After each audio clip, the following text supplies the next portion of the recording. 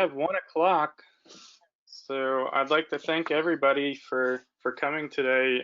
My name is Ryan Ellis. I am the current chair of the American Meteorological Society's Board for Operational Government Meteorologists. It's a mouthful, so we say BOGM for short.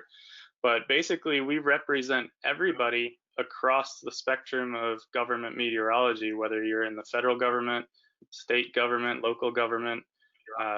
That encompasses a wide number of agencies. And you know, I'm currently the SU, or Science and Operations Officer, at the National Weather Service office in Morehead City, North Carolina. And but like many of you on this webinar, we all started somewhere, and my beginnings were at the University of Miami in Florida, and then I went on to the University of Hawaii. And as I came to go through my career, I started to realize that you know, there's so much focus in school on grades and getting things done, and the things that you do. There's not a whole lot of emphasis on people. And as I went through my career, people have shown time and time again to be more and more important, or some of the most important things we do are interactions with people. So this is our attempt to bring some of the people involved in getting government meteorology jobs to you, because I know when I was in school, it was 20 years ago now, I didn't have a lot of resources coming through and didn't always know what was available to me. So it's important to acknowledge everyone's path is different, and knowledge of the system helps. But one of the best things that you can do, this is not meant to be an intricate dive into the system of how to apply to government jobs, but it is meant to get you in contact with people who can help you. So whoever, whatever field you want to go to, if you find that there's an interest, a certain path you want to go on, my advice is to find those people in that field and find a mentor that can help get you the rest of the way. And there's some good people on this panel today, and a lot of people in our companion document that we made that supplied their advice for getting jobs as well. And so you can find that companion document in the handouts section. You can actually see it there. It's called Companion Final.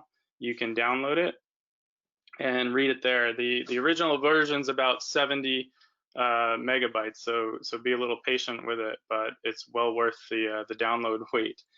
And we can also, I'll send out an email to all the people that registered after this to actually give you a link to where this is residing on our website. Couple of housekeeping items. Feel free to use the chat and the questions to get get your questions in. That's probably the easiest way to do it, and we'll go through that afterwards. And then it may be possible to unmute people and have them ask questions as well. Stefan, I'm going to throw it over to you. Dr. Stefan Bieda is our a fellow science operations officer from the Amarillo office in Texas, and he's going to be our moderator today. He's got a lot of experience doing this, so I'm going to leave it in your capable hands. I noticed that it seems that the screen went away. Do you see your PowerPoint or not? I do not. Yeah, but while you're working on that, I'll go ahead and get started on this. Well, now? Yes, I do see it. Thank you very much. Go ahead.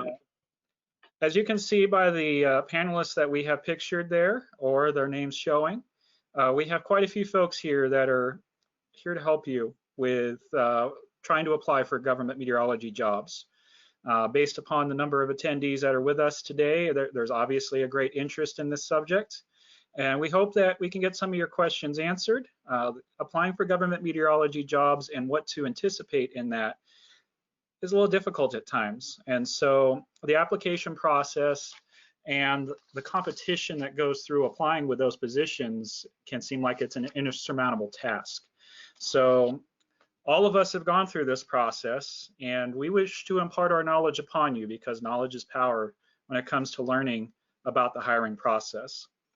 As Ryan mentioned, we're offering this as the board, and we do have a companion document. Strongly recommend you download that. We gathered a lot of information from others who have been successful in applying for government meteorology jobs. All of those people have volunteered to assist you. So if you do have a specific location that might be nearby, or there's somebody that appeals to you based upon the conversations that we had today, please feel free to reach out to them. We're here to help you. And that's really all about building that network and finding those mentors that can help you on your journey. Because as Ryan mentioned, a lot of what we do in the universities is more specific to coursework. We're not usually taught on how to apply for positions very much. And we're especially not taught a whole lot about how we can make ourselves marketable in the workforce, and especially the federal workforce. So we're going to be offering you some tips and suggestions in that regard about how to write your resume, how you conduct those interviews, and especially what you can and should not do in order to gain the attention of hiring officials, because there's two ways you can gain attention. One, of course, is the positive that you want. The other, of course, is negative, and that does have a serious impact for some applicants as somebody who advises a hiring official.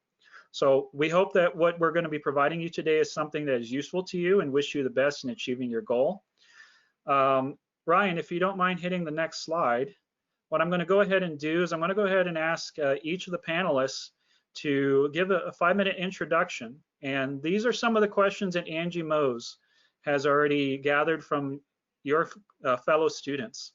So while you're giving your 5-minute introduction, if you feel like answering any of those questions that you see on the screen in front of you, please feel free.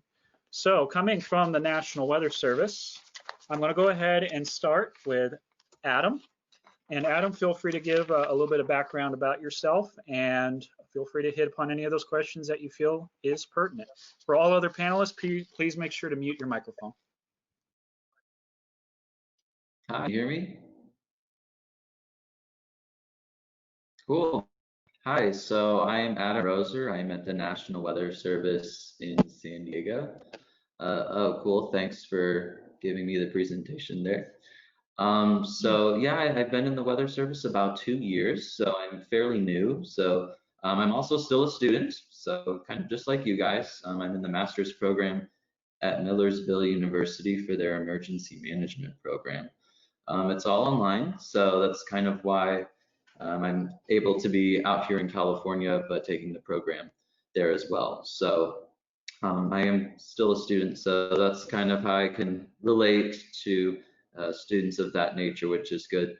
But yeah, some of the questions I did write some of my answers down, but yeah, so sometimes you know, we look at the USA Jobs site, and that's a good site to use to find jobs, but also for internships and other jobs, simply going to a state or county's website and looking around can really, you can really find some good information there as well. So don't think USA Jobs is kind of the only thing. Also going to a state government website, you may also be able to find some things there. I know I did for the state of North Dakota. But also the biggest thing I would say is just ask around.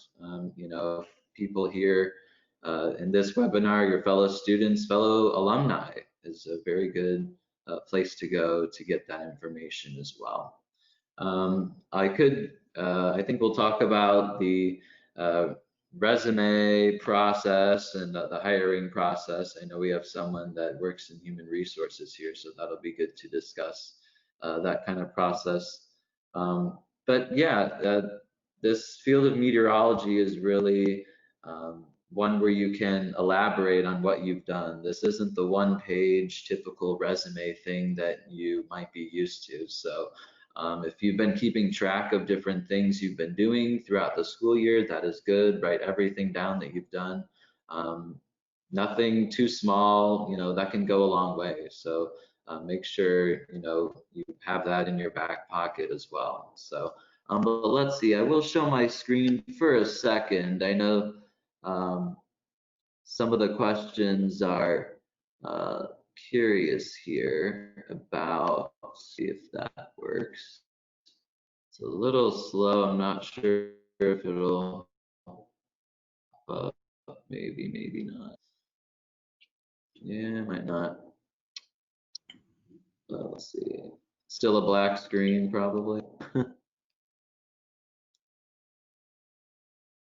see. Well, my computer's a little slow today, but it was kind of talking about the process of hiring. I know people are at the timing of, you know, when you get hired, but essentially I was hired in mid-December. I got an interview around March, and then I got hired in June. So that was kind of the timeline for that. I know they've been a little quicker with that and that kind of process, but we can kind of dig into that a little later. But yeah, that's kind of what I wanted to say. There's other options than USA Jobs, and definitely look at your state and local government. So yeah, I'm looking forward to being on this panel, and I'm looking forward to learning from all of you guys. Thanks.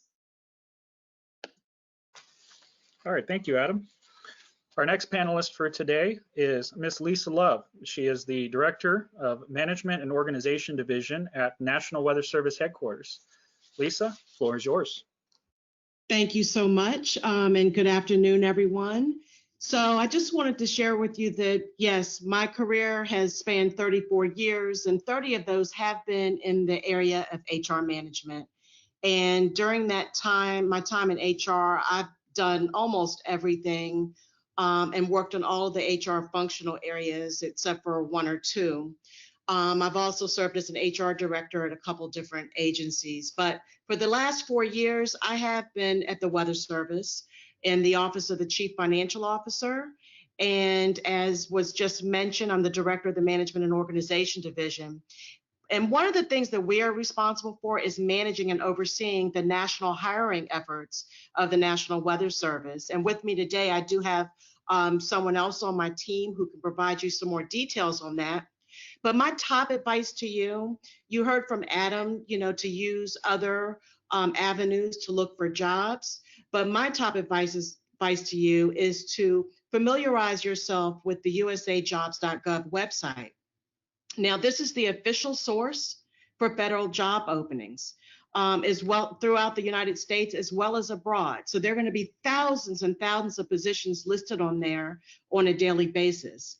This is also where you'll apply for federal jobs and you'll get the updates and status of your applications. But really important on USA Jobs is that you can create a profile and you can save your favorite job searches and you can set it up so that you receive email updates daily regarding jobs and agencies that you're interested in. So I really hope that you take the opportunity to really explore that website. Some additional things that you'll find on the USA Jobs homepage, you'll see an upcoming events section. And this is where you'll see any virtual seminars that OPM will be hosting. And in fact, when I looked on there this morning, I saw that on June 24th, they're having a seminar on writing your federal resume. On June 30th, they have one titled Finding and Applying to Federal Jobs. And on July 14th, they're having a seminar on interviewing. So I encourage you to register for these events as they'll supplement and provide more detail of the information that you're going to be hearing today. And lastly, on the usajobs.gov website, there's a help center where you can obtain a variety of information on the application process, their FAQs, resume writing tips, and videos. So if you can't go to a seminar, maybe you have time to watch a video on how to apply for federal jobs and to write your resume. So I encourage you to check out that website and see what all it has to offer. It's more than just a portal for applying for federal jobs. There's a lot more information on that portal that will help you in your job search. That's it. All right, thank you, Lisa. Bob Dufresne is, as Lisa mentioned, works alongside her at the Office of the Chief Financial Officer within the National Weather Service. He is a supervisory program and management analyst for that office. And sir, the floor is yours. Thanks. Good afternoon or good morning if you're on the western half of the country to everybody. Full disclosure, Lisa is actually my supervisor and has been for the past 4 years since she came to the Weather Service. But we make a great team. We enjoy working together. And as she noted a little bit, we oversee the strategic hiring for the Weather Service. We've made some refinements to that process that have actually shown some improvement. And I'll get into that here in a little bit. Real quickly, my background. I've been on the federal side now for 19 and a half years. All but 5 of it have been with the Weather Service in various positions. I spent about 5 years at U.S. Immigration and Customs Enforcement in between. Prior to that, I retired in very early 2001 after 24 years in the Air Force. Like all of you students, I'm kind of a scientist, although I will call myself truly an amateur scientist. My entire 24-year career in the Air Force was spent in the weather community. I've been a weather observer, a weather forecaster, a weather manager, or the Weather Service term for that is a meteorologist in charge. My last position I held was the equivalent of a deputy regional director. So I've observed, forecasted, and managed weather operations for combat support for Army and Air Force combat units, literally all over the globe. Been stationed on 4 different continents. And so my take is what I do, I bring a little bit of that science that I learned from my previous career in the Air Force, helps me understand how a forecast office operates, and what Stefan and I just drew a blank, sorry, the other gentleman doing their roles as the SOO, or the Science Operations Officer, but also a little bit of familiarization with what the warning coordination meteorologists do, what the forecasters in the various functions do. So we're excited to be talking to you all today and to try to give you some helpful hints. Let me see if I can drop a couple of hints or maybe answer a couple of questions up front. So the very first question, how do you answer the survey questions accurately while showcasing you're a good choice for the job? My answer to that is answer them honestly, because that's valued more than anything else. The reality in today's world is people want to inflate their resume. If you're just coming out of school and you're looking for a job, there's not much to your resume other than your transcripts. So when it comes to answering these questions on the announcements for the meteorologists, just answer them accurately. Some offices, the offices, for example, in the plains, they might be looking for folks that have this keen interest in observing or forecasting severe weather. Folks in the Northeast might be looking for people who like to get buried in 6 feet of snow in a snowstorm, forecasting snowstorm or lake effect snow. People in the West might want folks who forecast these high desert-based thunderstorms. I mean, it's literally a hodgepodge as far as the Weather Service is concerned of what you can do and where you want to do it at, but it all starts with being honest to yourself and the application process. Because I can guarantee you one thing, if you're honest to the application process, you're going to get noticed by the hiring manager. And when you get when you get noticed by the hiring manager, then you get the interview. What do you do in the interview? The interview is where you sell yourself. So first and foremost, my biggest piece of advice to you is be honest in that application process. Lisa touched a little bit on the Usajobs process. I'm going to dive a little deeper into that. You can create an account with Usajobs. Like anything else, types of accounts, it's free. Doesn't cost you a penny to do it. You can have up to 10 different job searches. I personally have 3. 5 days a week, I get 2 different emails from Usajobs with job openings that match my specific search criteria. And then on Fridays, I have a 3rd set criteria that I only want to be notified once a week on. And that's a different set of criteria. And these are great ways to get notices about openings. And it doesn't have to be the Weather Service. It could be meteorology positions, maybe with NASA or with the Department of Interior or some other agency, FEMA, whoever, delivered right to your inbox. And with one click, it'll take you right back to the job announcement and you're ready to start applying. So I cannot undervalue the cost to you personally of creating an account on Usajobs and using these search functions. With that, I'm going to stop and turn it back over for the next person. All right, thank you, Bob. Appreciate that advice. Our next panelist is Jordan Bell, who is from the Earth Science Branch at the Marshall Space Flight Center with NASA. He also serves on the AMS board for early career professionals. So for those of you that are looking for advice on the early career side, he is definitely a great resource. And Jordan, the floor is yours. Awesome, thank you. Yeah, so thank you for the invitation to join this. As you can see, I don't work for the Weather Service. Going back to my undergraduate days at the University of Missouri, I always thought I wanted to work for the Weather Service. But then I applied for a summer internship that was with NASA, and that opened up my eyes to a lot of work that is done on the NASA side. It's more in the research, not so much operations. That still involves meteorology, atmospheric science. And so I applied for an internship. I got one in the summer of 2011, which was here in Huntsville, Alabama, which was right after the tornado outbreak of April 27th. So I got to be part of some of the work that was done down here at Marshall Space Flight Center using satellites to look at tornado tracks, look at the damage left over. And then that also led me to the graduate school here at UAH, where I came back a couple of years later to work on my degree, or my master's degree at the UAH Atmospheric Science Department. Immediately after getting my master's degree, I did not go work for federal service. I was actually a contractor. I worked here for the university as a researcher and a contract supporting role supporting the Earth Science Branch. So I was a contractor.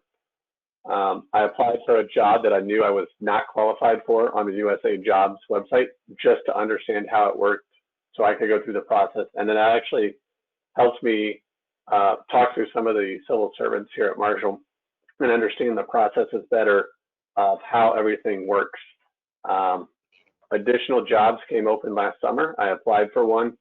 I applied for the job in July. I was offered the July and interviewed in August, offered the job early October, and I joined Marshall Space Flight Center, pretty much doing the exact same work that I was on the UH side, but this time as a federal employee in November of 2019. So I've been a civil servant on the federal side just under, or actually just over 6 months.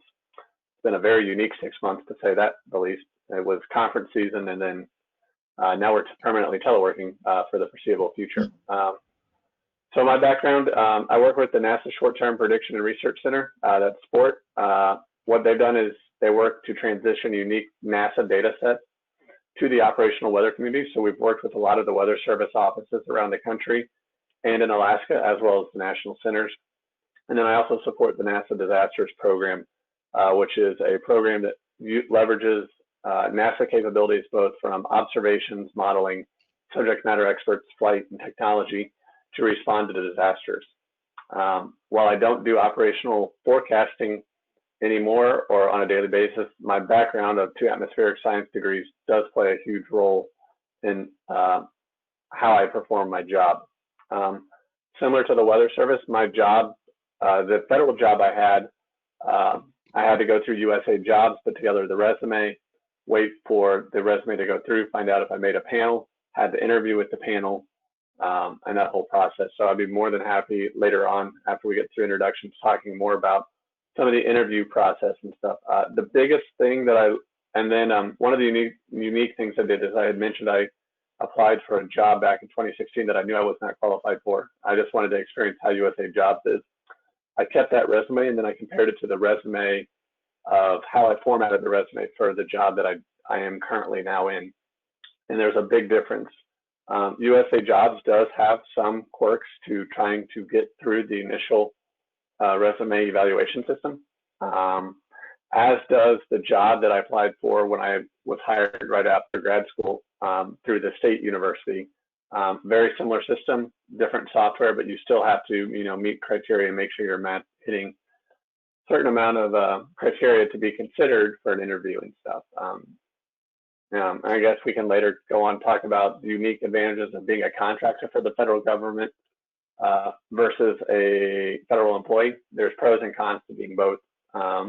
and I've been on both sides. But like I said, my jobs have been with involved with the federal government, whether that be a contractor or civil servant. So with that, I'll turn it back over. We'll get through introductions. I look forward to providing my input on some questions. All right, thank you, Jordan. Our next panelist is Dr. Summer Erickson. She is the female liaison to the Storm Prediction Center. And again, not a National Weather Service, but she is a liaison to a National Weather Service office. So there are opportunities in that direction. And Summer, the floor is yours. Well, good afternoon or good morning, everyone. I'm happy to be here with you today and talking on behalf of FEMA. FEMA is a little bit of a unique agency. We don't actually have a lot of meteorologists, which I'll get to in a minute. But to start with, just to give you a little bit of overview about me in general. I am a meteorologist by trade, although I have worked in emergency management for over 15 years now. I started at the local level in the city of Norman in Oklahoma, and then advanced to federal in FEMA. So during my time, I started out as a student in the University of Miami as well, and then I went to the University of Oklahoma for my graduate degrees, both my master's and PhDs. And while there, I worked as a researcher through my graduate studies. I also worked as a researcher, an academic researcher within the university, as well as a contracting researcher for the federal government. And I worked with the Operations Proving Ground, getting that started in the National Weather Service up in Kansas City. And while I was there, I also worked, I accepted an internship with FEMA Region 7 is in Kansas City. And so that's where I started my federal career upon leaving academic and contracting, and began working there. And from there, I became a permanent full-time employee with FEMA as a meteorologist. And in fact, as far as I know, we have had a handful of meteorologists who have worked for the agency, but as far as I understand it, I was actually the first official meteorologist that they hired within the GS 1340 series, which, if you're not familiar, is the official government series that you would be hired under with the National Weather Service or other entities. So I was the actual believe I was the first official, even though we did have a few others in those roles. So we've been working in, given that disasters do a lot with weather, like I mentioned, we've been growing our meteorologists within the agency, but we started out with just a handful. Now we're up to probably at least twice that, if not up to maybe 15 at this point, somewhere between 10 and 15. And we've actually added a few, again, those 1340 series meteorologist positions. And in fact, there'll be a new position that will be upcoming within hydrology. We're working to add another liaison. So the way it works is we have a liaison that works with the National Hurricane Center, and we have myself who works as a liaison with the Storm Prediction Center, and we're actually looking to hire one hopefully soon that would be working with the National Water Center in Tuscaloosa, Alabama. So that's something that should be coming on board soon. So that will be announced via Usajobs. So that's a little bit about me, kind of where I've worked, what my background is. What I do with the agency is I pretty much translate. I'm the severe weather expert for FEMA in general. So I do work for headquarters. I support nationwide. And the process for us is a little different in our hiring. We do use the same type of government aspects in terms of Usajobs and all of that, but we have a couple different types of positions. So predominantly, we're not a meteorologist agency per se, but we have hired a few, and we're looking to maybe hire more. We do work closely with the Weather Service and NOAA and all of the entities like NASA, the Corps of Engineers, and all those related sectors. So those are all options. But within our agency, we have the permanent full-times, which we are, like myself, who are full-time permanent government employees. Then we have temporary employees known as core positions, and those are 2 to 4 year appointments. But they can be renewed, and often they are. So really the difference between the permanent full-times and the core positions, which are 4-year appointments, is that they are funded differently. So one is funded from the federal budget, while the core positions are funded under Stafford Act. So they predominantly are there to support disaster work. But really that's the primary difference. So even though the core positions are 2 to 4 year appointments, they often will frequently get renewed. It's really very rarely that a position will ever go away. And they're really good entry level ways to get into the government because you don't necessarily need to have status. Overcoming status is a big thing within FEMA because of the hiring process. We don't, have to have all the qualifications per se. If they have meteorology qualifications, that kind of limits the pool. But oftentimes, a lot of our positions become available in planning and GIS and related things. So if you have any experience within emergency management, volunteering, or paid, it could be within planning or city, city planning. It could be in working with the Red Cross. It could be any of those types of things. Using that experience will be really helpful. If you have GIS related experience, that could be helpful, because we do have a lot of positions, like I said, within planning or operations or GIS that you could go and apply for. And when the preference comes into play is that if you have preference due to being a military personnel, that can help you, or if you have some type of disability, that will help you. Within FEMA, we do hire a lot of those types of individuals. They're really supportive in our agency, and they do provide a lot of assistance to disaster response. But oftentimes those preferences will overcome a lot of different things. So given that those types of positions don't require that meteorological skill set, you certainly will have to, it's highly, highly competitive. So finding ways to get in, a couple different ways I recommend are through internships. We do have the Pathways program, which is a federal government program. You can get into the Pathways program. That will give you status upon leaving. That will help you. We also have a FEMA Corps program, which is part of the VISTA volunteers, which includes AmeriCorps and Peace Corps volunteers. Any of those types of programs, the FEMA Corps program is run a little differently. So once it's up to ages 24, I think, and then over 24, you can be a team lead. So there's a couple options there. You can get on board there. That's more volunteer service. It also will help with your student loans. So if you're looking to spend a year or two living on a limited budget, but also getting some of your tuition reimbursed, that would be a great option. And then upon leaving that program, you will also be able to enter the workforce more competitively. So the two best options to enter FEMA are through the core program, which are those temporary appointments. If you do a couple of years within that, then you can qualify for a permanent position. However, you might like your core position and stay a core. You can certainly retire as a core as well. So there's no need to have to get a permanent position if you like what you're doing as a core employee. Like I said, it's really a funding difference between Stafford Act or the federal budget. And then again, the internships, the Pathways program, and then also through the FEMA Corps or the VISTA volunteer program will also assist you in getting into FEMA as an employee and working as a meteorologist. So we do have, like I said, about a dozen meteorologists that work for us. They're not all hired specifically as meteorologists. They work in GIS, they work in planning, we have watch centers, which is maintaining situational awareness, and that's predominantly weather. So that's actually how I started after my internship. I started as a watch officer monitoring the weather, and then this position became available and I was able to move into this position. So I talked a little bit, I think I've covered the questions about a little bit about me, about the work I do, some of my advice and how the process is a little bit different.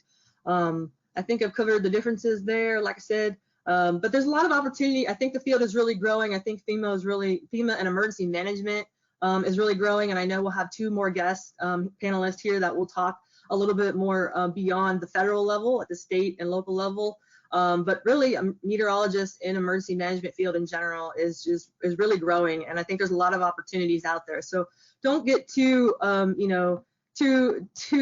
downtrodden if you don't get in right away. The Usajobs and the federal government process can be challenging sometimes, but really getting that experience. I can't say enough about experience, and that you keep trying, and eventually it will work out. So getting that experience and trying those different things, keeping your options open, for the first couple of years, and I really think you'll be able to get where you want to go if you're interested in federal level and position. So I think that's all the notes that I had, and I will pass it back to Stefan. All right, thank you, Summer. A lot of great advice about getting into FEMA. And as mentioned, some of our other representatives actually represent state and local interests. And our next panelist is from the North Carolina Emergency Management Office. She is a Natural Hazards Branch Manager. Katie Webster, the floor is yours. You are muted. And just as a reminder to our panelists, please make sure you are muted if you are not speaking.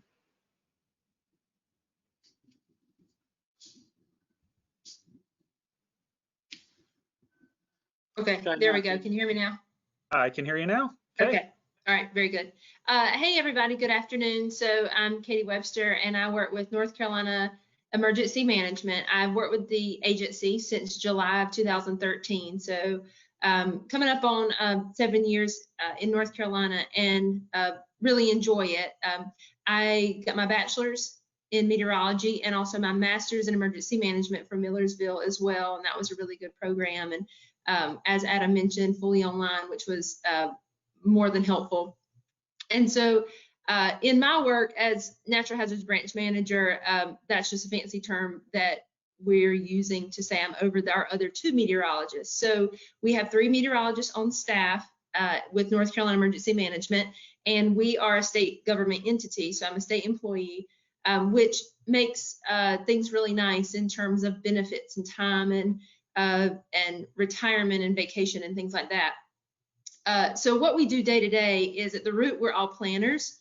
So we are in charge of plans related to natural hazards, such as our hurricane plan and our coastal evacuation plan, but we're also over plans that do not necessarily pertain to weather, such as our communicable disease plan and other types of natural hazards that we don't really think about in terms of meteorology.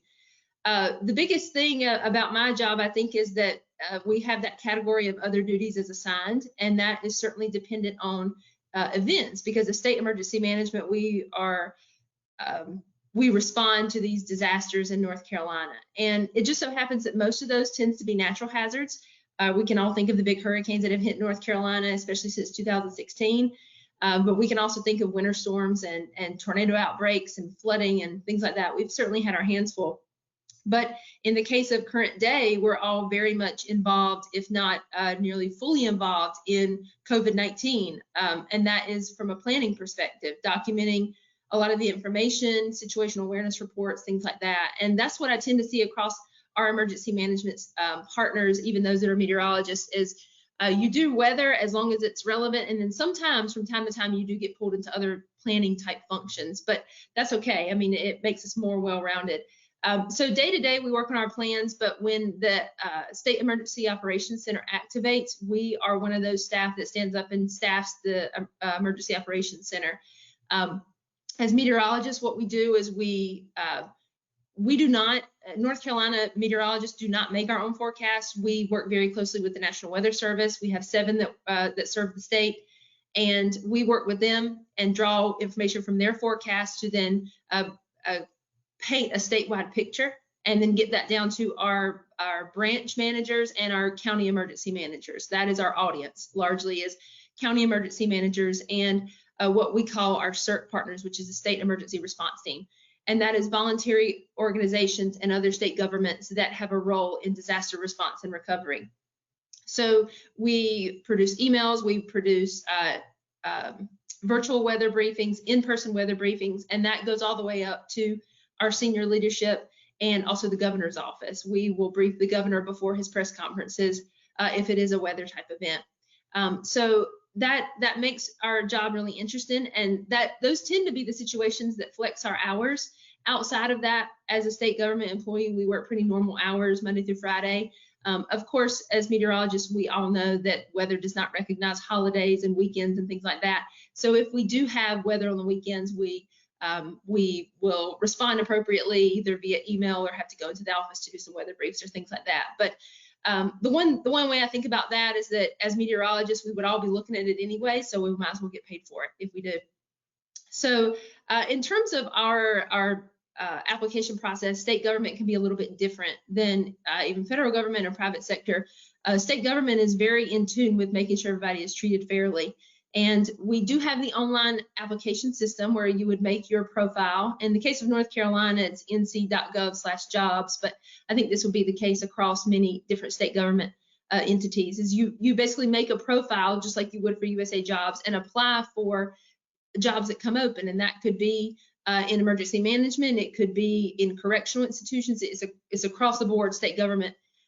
But when you apply, it then hits, you have to remember that it hits these filters. It hits a non-person filter first that's going to look for keywords and things to make sure that you have said you can do what the application says you need to be able to do. And then it finally gets into the hands of somebody who can actually read it and discern if they think you would be a good candidate. I think that's one of the biggest things to keep in mind is we work really hard going through school and trying to learn how to write these really nice resumes. But when it comes down to a filtering system, it almost feels like you're copying and pasting. And while I'm not necessarily recommending that, I do recommend picking up on those keywords and the knowledge, skills, and abilities that those postings want you to have to make sure that what you're trying to do is get in front of the person. You want to get past the computer and get in front of the person.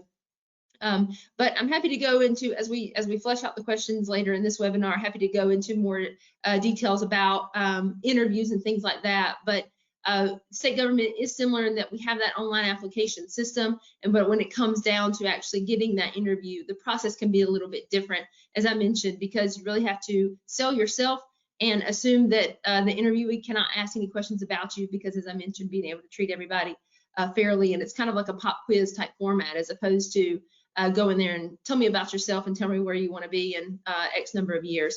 But we enjoy working as meteorologists for state government. We feel like it makes us, we still get to be in tune with the National Weather Service while also seeing how disaster response and recovery is carried out at the local, state, and federal level, because we're right there in the middle of it. So I look forward to answering any questions and talk about this further. Back to you, Stephen. All right, thank you, Katie. And last but certainly not least is our graduate student member to the American Meteorological Society's Board for Operational Government Meteorologists. Angela Mohs is a recent graduate from the University of Oklahoma. She recently obtained her Bachelor's of Science degree and is currently going for her Master's of Science degree. And she is actually one of those people that really likes cold weather, like 40 below zero cold. So I'll let her explain that. The floor is yours. Thank you. You can hear me, right? Awesome. So yeah, actually, I just graduated from Valparaiso University, and I'll be pursuing my master's degree at the University of Oklahoma here in the fall.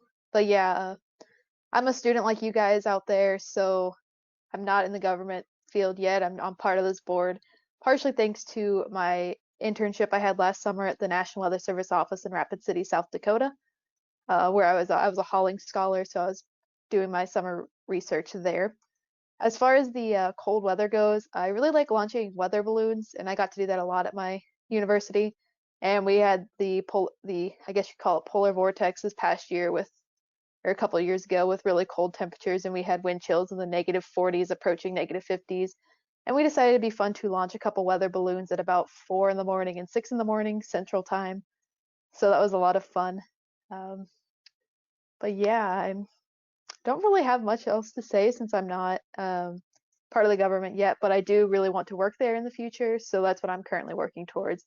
And I guess any tips I have is definitely try to get an internship if you can with the National Weather Service, if that's where you want to go, or even I've heard volunteering. I have not done that personally, but I heard volunteering in an office can be very helpful as well. So yeah, that would be my tip for you guys. Sorry, I'm a little shorter than everyone else's, but yeah. No worries. And thank you very much for the introduction. My apologies about getting the wrong university there. So I'm Dr. Stephan Bieda. I am the moderator for today. I'm the Science and Operations Officer at National Weather Service Amarillo. And I've had a very interesting history. I used to work at the University of Arizona as an instructor. I used to teach 200 to 400 level courses and occasionally 500 and 600 level courses. Those are the graduate student courses, all of which were specific to operational meteorology and weather forecasting. In 2009, I worked for the United States Air Force as a Science and Operations Officer, so they do have a similar position on their end at Davis-Monthan Air Force Base, 25th Operational Weather Squadron. And then from there, I was promoted to Director of Training Operations in 2012 before I joined the National Weather Service in 2013. So had a short stint working with the military, and then now federal, and prior to that, academic. So a lot of us have very interesting backgrounds. We have varying degrees of experience where our routes have taken us. And we hope that you use our experience today in order to help address some of the questions that you may have. So some of the questions that are on the screen there, like the third one, so about the interview selection process and going from interviews and et cetera. Those are some of the things that we're going to hope to address here going forward. So what I'll go ahead and do is, Ryan, you can go ahead and close out that PowerPoint presentation. We are ready to start receiving questions from the audience that is with us today. So if you don't mind reading the first question, then I'll go ahead and direct it over to some of our panelists. Sure. And keep in mind, if you have a question, please put it in the question section. If you want to address it to a specific panelist, feel free to do so. We've definitely got some questions rolling in. The first one is a interesting question to me. Within the federal government, are you guys aware of anywhere that you can get a job as a storm chaser? Well, I will go ahead and kick that over to Adam to start. Well, by the expression on my face, I'm not very sure about that one. They obviously make a lot of money in, kind of doing more private work, but federal government, yeah, I'm not sure. Maybe I'll bounce this to Summer, who has worked with the Storm Prediction Center. Yes, I'll gladly take that. In terms of storm chasing, it depends on how you're viewing that. I mean, certainly the private sector within media has a lot of those options. Within the academic sector, there's a lot of opportunities, but instead of storm chasing, we call them field projects. And then at the federal level, we do have research opportunities, which would include the National Severe Storms Laboratory, for example, which they run field projects every spring, and several other universities and even probably several other federal research entities have something, maybe even Colorado, for example, at NCAR, have some options where you could participate in research and do some of those field projects, but not necessarily just outright storm chasing per se, unless you really, like I said, wanted to do more private sector or working with media entities. They have a lot of their own chasers they hire, but there are options to do field projects, which are very, very similar. I mean, obviously you're just gonna be collecting data, and that's really important. So that's certainly on the table in terms of if you're interested more in getting more hands-on experience in the field. National Severe Storms Laboratory is one of the big entities, but like I said, there's starting to be some other entities out there that are starting to do their own within academia or within federal research facilities. Thank you, Summer. And Jordan, and then later Bob, to see if there's anything on the sports side for NASA, and if Bob's aware of any at the bigger level.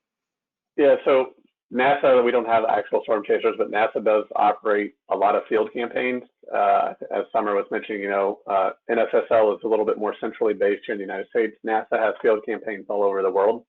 They are grounded right now, though, but I think they're getting ready to hopefully later this summer spin them back up. But, we've had field campaigns that fly aircraft. The NASA has a fairly large aircraft sector where they outfit various planes with instruments and stuff. So we've had hurricane-related field projects. We've had smoke and wildfire-related field projects. We've had field projects that sent not only aircraft up to Alaska and Washington for validation for various satellites, but also the 2018 Winter Olympics over in South Korea. There was an ongoing field campaign with the Winter Olympics that looked at snow, and so they deployed a bunch of instruments and personnel out there. They had aircraft. So that's the closest thing you would see on the NASA side for storm chasing.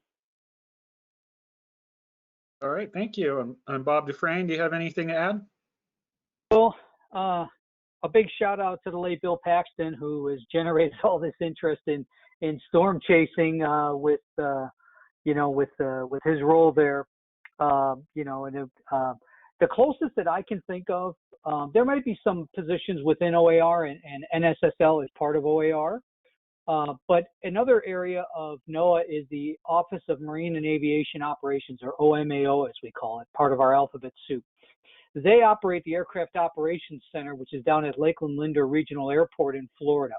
Those are the folks that fly the P-8 type aircraft, 4-engine turboprop that do the hurricane hunting along with the folks from Keesler, but they also have a Gulfstream that flies a G5 that flies over the top at 50 or 60,000 feet and drops ons into the center of it. So from a federal position, there are meteorologists that are assigned to OMAO that fly on board as flight directors. One of the former flight directors is currently serving in another position at the Weather Service headquarters. And he was famously all over the news a couple of years ago when all the hurricanes were attacking Florida and the Gulf Coast.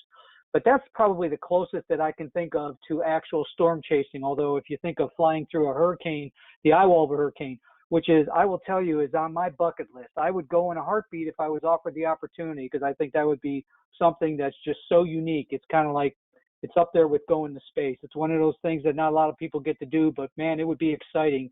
It'd probably be the wildest roller coaster ride ever. But All right, thank you, Bob. And Katie, at the state level, are you aware of any?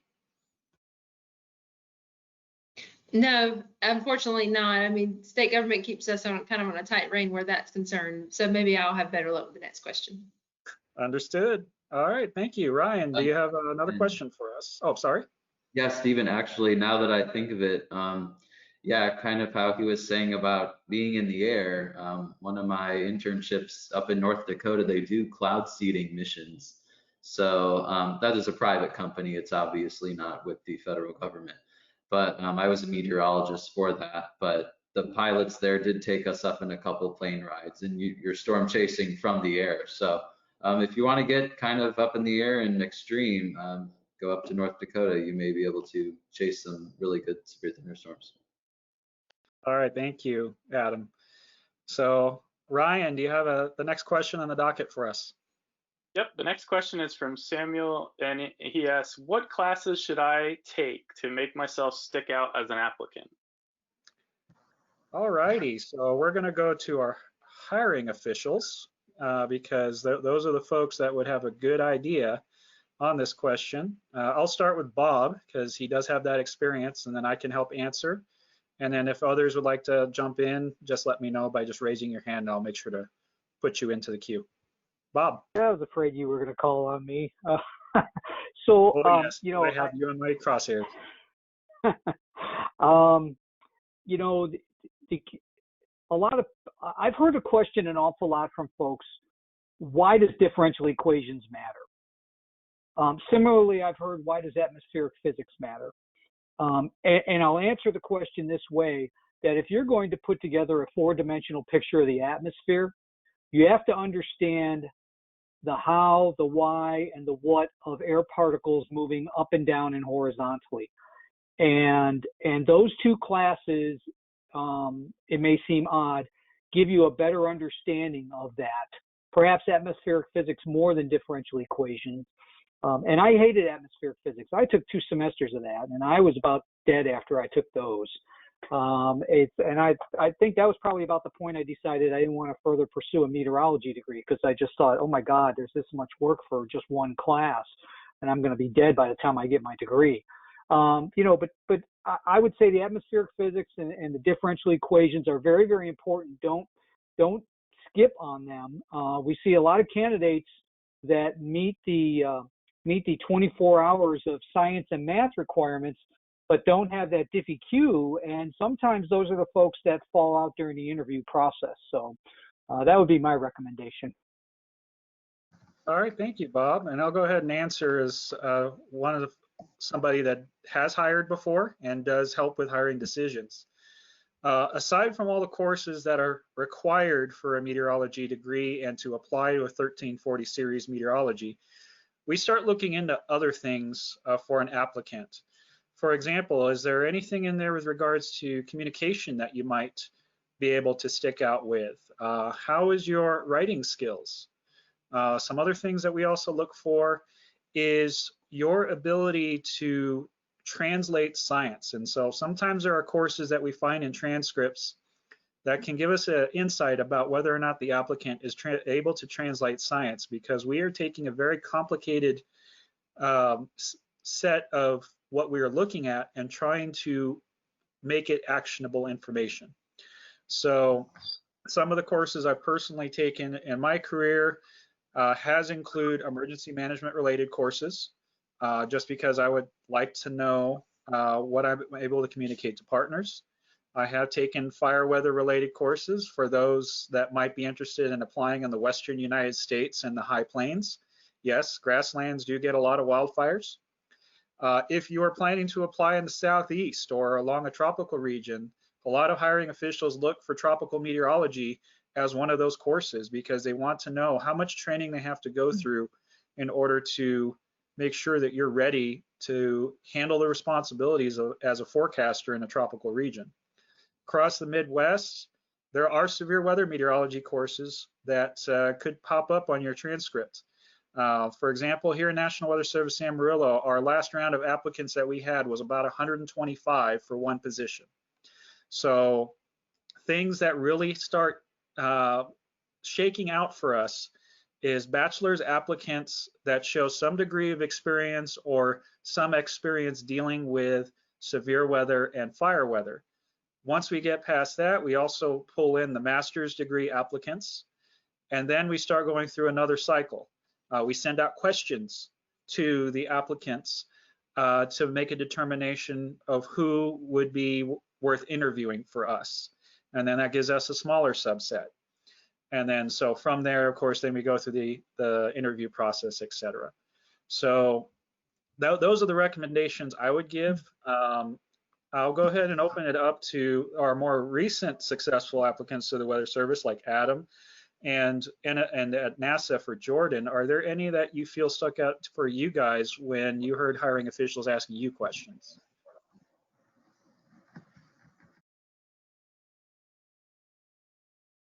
I guess I'll Adam, yeah, go. Go ahead. Want me to go? Okay. So coming in, so one thing that stood out when I was offered my GRA here at UH is I had GIS skills that were not, that was something that the group I work with had not really utilized before. So they found that as something that stood out. I will say GIS is a huge field right now. Even if you just have a couple classes in it, I know Weather Service offices, because I do have a lot of friends in the Weather Service. A lot of Weather Service offices do like the fact that if you just know about the software, you can then, there's plenty of tutorials online and stuff. I've had several friends, because they've been focused on communications, they've got a job. One of my best friends from grad school, she was as a contractor for Fema up in DC, helping support the remote sensing division.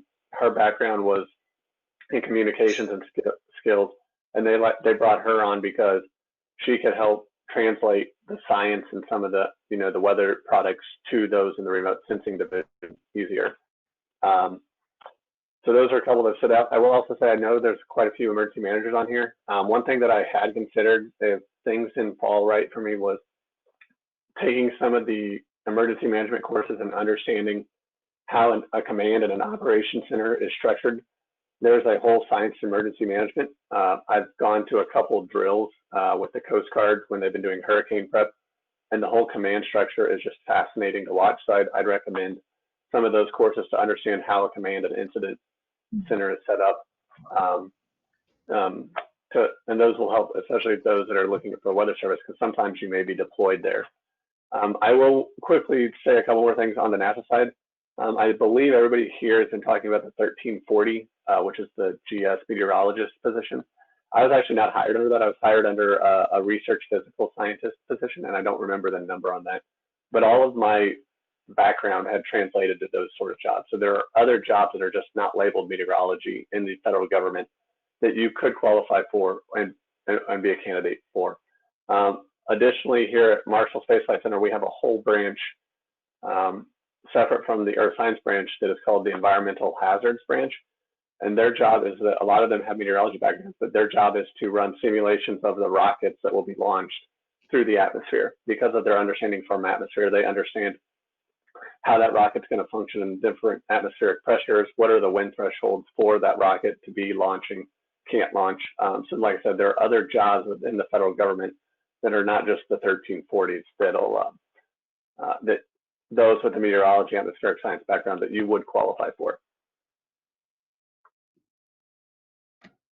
And yeah, to kind of go off of that, we've been talking about translating science, kind of more into plain language, but I would also say translating into other languages as well. So I have a French degree, but I'm just really passionate about French. But Spanish is really, a really big thing, especially, at my office, San Diego, and if you're kind of in other offices in your Spanish-speaking areas.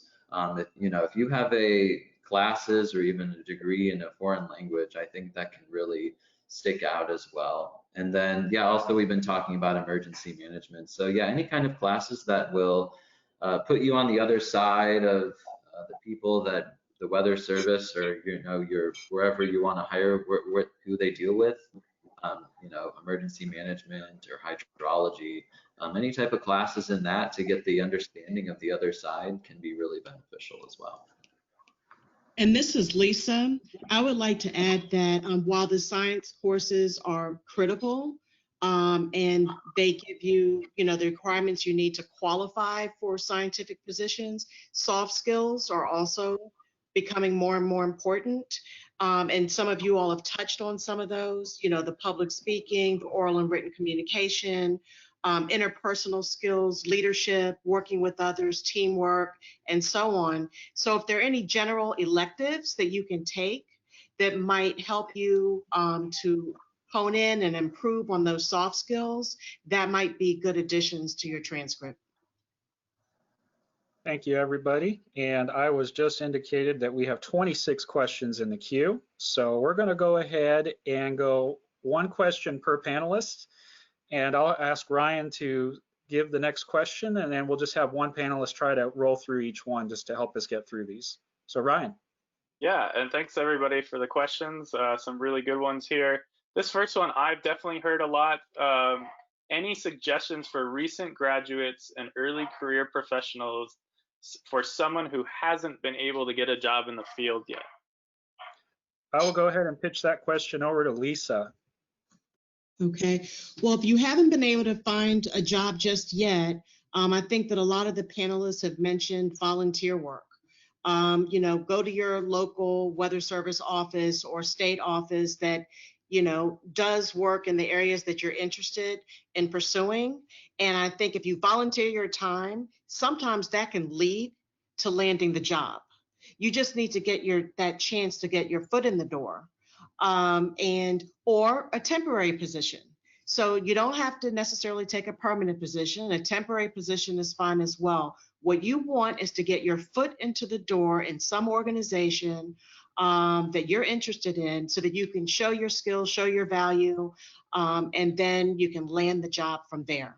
Also, you know, volunteer experience, temporary experience, those are also resume builders. You can put those work experiences on your resume. While it's not paid experience, it still counts as experience.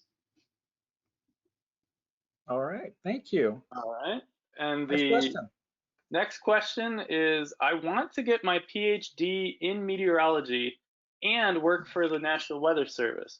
Should I get a job in meteorology between degrees, or should I do all of my schooling first? Ooh, that's a good question. I'll go ahead and start with Summer, and then I'll go ahead and follow up and help answer that question as well. I will say, I mean, it's up to you, really. It's a personal choice. I mean, for me, I did my bachelor's and my master's, and I was all but dissertation when I got my job to finish my PhD. And I will say that having a job and working and trying to finish a degree like a PhD, for example, is really, really challenging. It definitely added a little bit of time to my degree. It definitely extended that. So it's neither good nor bad, but it is, you know, there's some challenges with working full time and doing your degree at the same time. So that's something to consider. If you do finish it beforehand, then you won't have to balance the two, but necessarily. But yeah, there's some advantages and disadvantages to both. I mean, I think my job added to my work that I had done, so I think that was a positive. But it just depends on really where you find yourself in life. But I don't think that it necessarily, you have to have a certain degree before you would get a position. So if you're interested in getting something and you can go ahead and qualify now, that's also fine. I think it really just depends on where you are. Maybe Stephen has some extra advice. Yeah, absolutely. And what is now called the Pathways Program, which was previously called the Student Career Experience Program, is an avenue for those that are seeking advanced degrees that perhaps may want to work for an agency during that process, because that does give you a special status while you're working through your degree program. And sometimes your work can be informed by that position for the Student Career Experience Program, or Pathways Intern as it's now called. That's how I managed to get in. I completed my master's degree, and the United States Air Force hired me on as a Student Career Experience Program intern that quickly translated into becoming a science and operations officer. And my job was to conduct research to the benefit of the agency or to the benefit of the Air Force. Now, like Summer indicated, that did lengthen the period of time it took for me to finish my doctorate degree. It took me a little longer than I expected. However, it all comes down to you. It really comes down to what you want to do with that. I know Angela is now pursuing her master's, and there may be an option where she could get a position while going for a PhD, or she could get a position while she's going for her master's, for example. So for those that find that it's a bit difficult to do work while going for an advanced degree, I would probably recommend that you just work as you can with your degree program, but seek out those research opportunities at the university with those agencies that you might be interested in working with or for. Because sometimes your supervising professors can guide you towards projects and grants with the National Severe Storms Lab, for example, or Office of Atmospheric Research.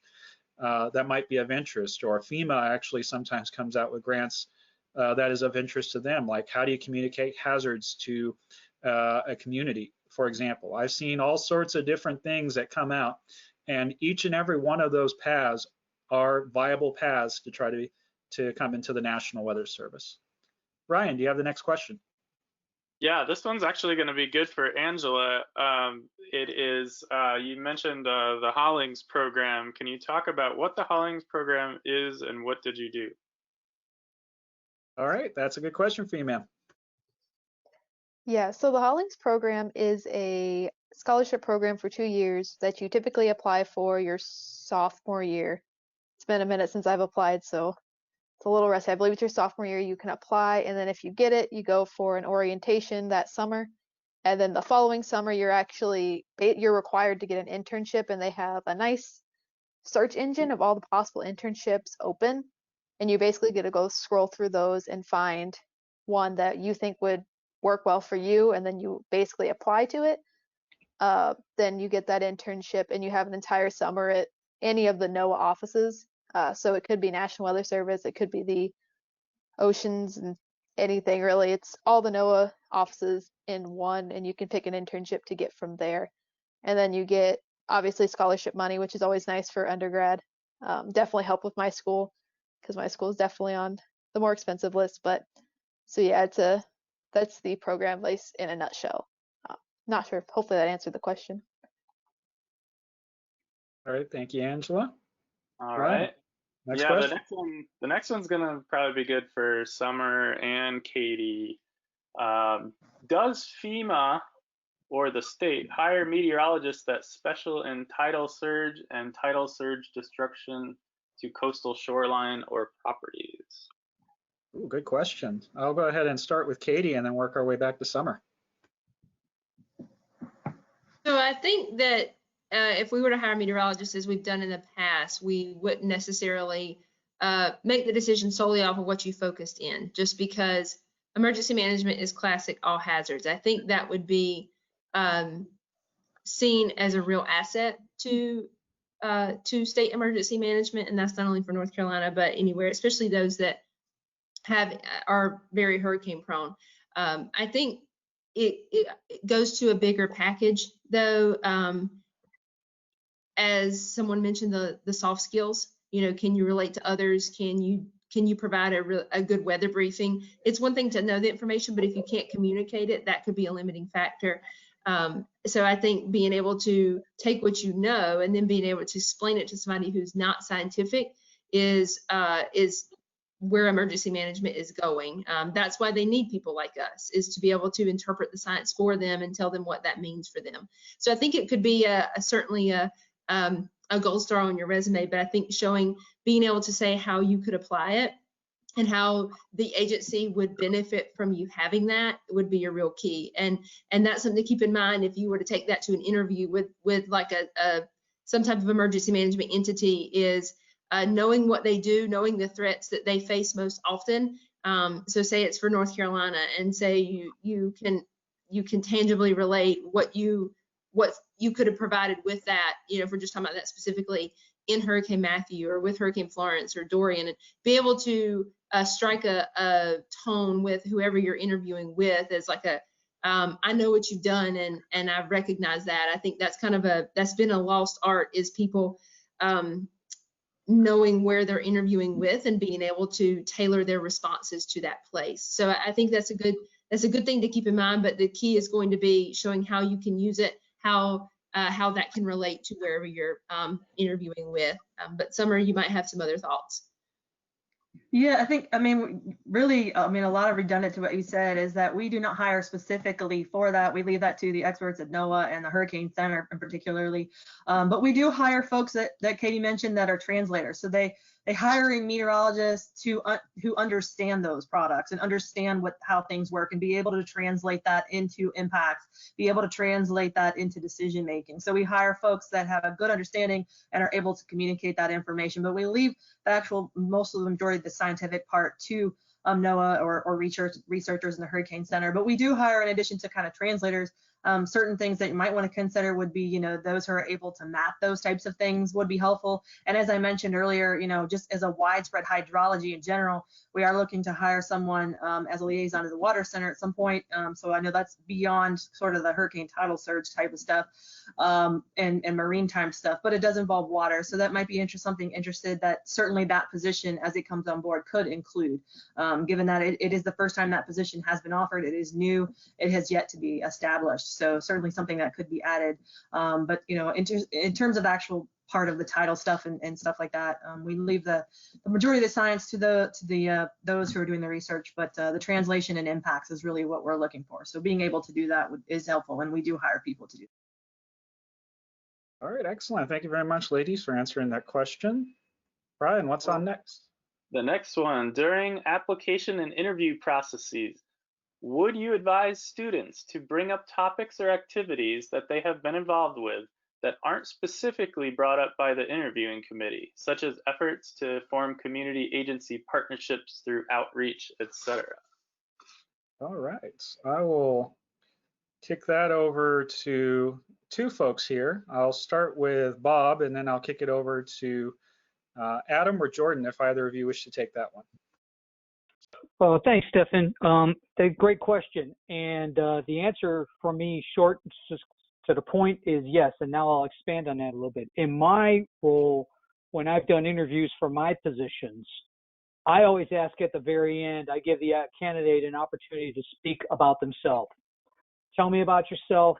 Tell me something that I don't know. If they do that at the beginning, but at the end, it's what else can you tell me about yourself there, Joe Bag of Donuts, that I don't already know? And that's your opportunity to, at the very end, they give you that opportunity to speak, to tell them about these things. You can tell them up front and stuff like that. I would tell them again at the end, so you're reinforcing it in the hiring manager's mind, and you want to give them something to hold on and remember you above everybody else. And that's how you do that. And on the other end of it, Adam or Jordan, either of you wish to provide experience of what you did in order to help address that? Yeah, so I can talk about my interview. I think the Weather Service probably does the same thing, but when you get an interview, it's called a panel. So it's you and 4 to 5 other people, and the interviews are going to be the same for every applicant. So they're going to say this is like basically about a 45-minute to an hour-long interview, and they're going to run down a list of questions and read them the exact same way to both you and all the other candidates. What I did is I took time for the group that I was applying for the federal job. Yes, I knew I had worked with them and stuff before, but I still had to go through this whole process. And what I did is I did even further in-depth research on them. I looked back at all their old information, all their old publications, saw what instruments they were using. So you want to research the office or the area or wherever you're going, learn more about them, and try to work in things that you have done into those questions, because they're not going to sit straight up and ask, derive this equation. They're going to ask probably more behavioral questions. How do you function with a team? How name a time that you overcame or struggled working together in a team. And that's where you'd want to bring up those things that you mentioned in the question. Hey, this one time, I got this idea. We were working together as a team. We took this and then we pushed it along to this actionable community thing. So you want to work those sort of things into your answers. And then again, at the very end, they're going to ask, do you have any questions for us? Anything anything you want to say at the very end. And that's where you would work in that as well. Sorry I got startled. I live right next to the military base here, and they just blew something up. So that's why if you saw me do that, that's happened. But yeah, so the panel interview, it's all the same, but you want to, they're going to ask you behavioral questions. They're going to ask you, how do you function with the team?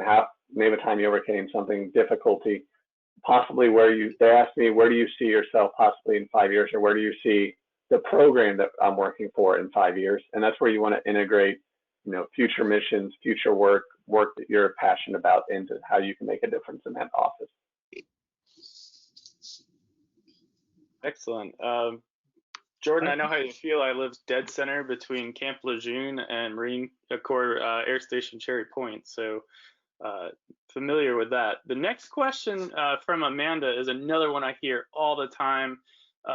When should graduating students start applying and looking for government jobs? I will pitch that one to Lisa. Okay, I'm thinking that if you're going to graduate in May, you probably want to start looking in January. Give yourself a good 4 months or so. You have to read the vacancy announcements very carefully, though, because some of them will say that you must meet the qualifications for the job at the time you submit your application. But other agencies may have different policies where it'll say you must meet the requirements of the job within so many months of your submitting your application. So that's the first thing. Read the vacancy announcement very carefully. And so if it says that there's this time that you have where you can qualify for the job at a later date, say around the time you're graduating, then you should start several months before you graduate looking for the job. If it doesn't say that, then once you meet the qualifications, once you have that degree that gives you the opportunity to set foot in the door of that agency after you meet the degree requirements, then you should start at that time.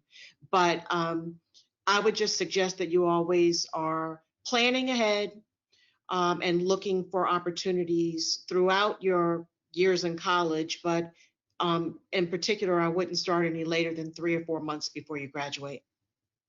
All right, thank you, Lisa. And I'll kick this over to Katie for a state perspective on the same question. I actually agree. I mean, that would be my general recommendation is what Lisa stated. From the state perspective, I think that we've made great strides in the past couple of years in turning around processes much quicker. It used to be on the order of like 6 to 8 months, and now it's more of 1 to 3 months, and they've really gotten better with it. I know that our postings, we certainly do consider, depending on the time. So say we're gonna have an interview in March. I think we could definitely consider someone who's going to graduate in May, because we do know the process it takes to turn around HR processes and background checks and all those things. I mean, we know ourselves well enough to know that we can't, even if we said, even if they graduated tomorrow, that we couldn't turn it around.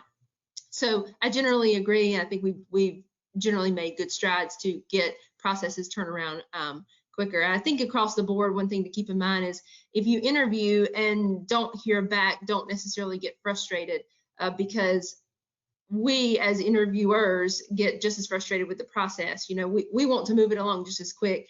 And I think just keeping in mind that you can always follow up via email. If you do interview and hadn't heard, then just try to check where you are in the process. All right, thank you, Katie. Ryan, what's the next question for us? Okay, what are some good internship opportunities over the summer other than local NWS offices? All right, I will kick that over to Summer, Katie, and Jordan to help answer that question. Speaking from my personal experience, with local NWS offices, I interned, for free. I was a volunteer intern just to get an idea of what the Weather Service office did. So it was not paid, but I got a lot of great experience that led to other opportunities down the line. I did that not only after I had graduated, but I did that while I was still in school. So that was one option that I did. And they certainly do have some paid up opportunities, as you mentioned, through pathways or what they're calling different programs these days. I'm not sure I'm completely up to date with the terminology, but I know that is one way to go through in order to get those as well. And then from emergency management, if anyone is interested, and that's an option, I also volunteer with the city of Norman, and that led to a paid job with the city of Norman. Then I got an internship with Fema, which I applied through Usajobs and got them, which led to my permanent position with Fema now. So certainly looking into the different options at the Weather Service, either free or paid, as well as Fema, if you're interested in those, trying to do free or paid. Just about any local office, I don't think will turn down any kind of work you want to give them. So if you're willing to put in some time on your own, they'll definitely accept it. Or if you have an idea of a project, they're really, really interested in trying to get some of that stuff done. So I'll pass it to some of my other panelists, but that's my 2 cents. All right, Katie. I very much echo what Summer said. I think to further that, if you're talking about you want to get into kind of an emergency management realm as a meteorologist, I think being willing to do stuff that's not solely meteorology. There's a lot of local governments. Each county probably in North Carolina has a stack of things that they have not gotten to just because disasters have gotten in the way, like some of their planned construction that's required for some of their grant work, or some of those day-to-day things that they have to meet requirements, but really don't. They're very understaffed and overworked. So kind of being willing to jump in and say, hey, I can write a plan. I can do those different things. I can help you run an exercise or things like that. Because those are products that you could tangibly take to an interview and say, hey, I created this emergency operations plan. In disaster times, I think as far as local governments go, just being willing to, knowing that they're probably following the National Weather Service. I know in North Carolina, a lot of the counties really stick closely with the National Weather Service, but approaching them and kind of being willing, if they are to sit in their EOC and help provide some of that, either liaisoning with the Weather Service or kind of that secondhand tracking of storms and things like that.